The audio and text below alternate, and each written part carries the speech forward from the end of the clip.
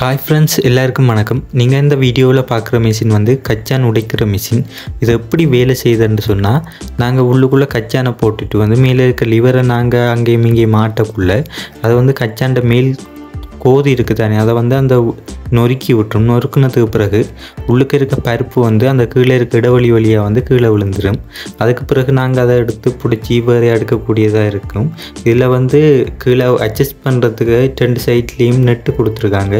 இந்த நெட்டு மூலம் வந்து நாங்கள் அளவு வந்து கூட்டி குறையக்கூடியதாக இருக்கும். இந்த கீழே இருக்க சவல்ற இதில் வந்து டிஸ்அட்வான்டேஜ்ன்னு பார்த்தோம்னு சொன்னால், நாங்கள் நார்மலாக கையால் உடைக்கிறத விட இதில் டேமேஜ் ஆகிற பருப்பு எண்ணிக்கை வந்து கூடவாக இருக்கும். அதே நேரத்தில் இதில் அட்வான்டேஜ்ன்னு பார்த்தோம்னு சொன்னால், கொஞ்சம் டைம் சேவிங்கான ஒரு இதாக இருக்கும்.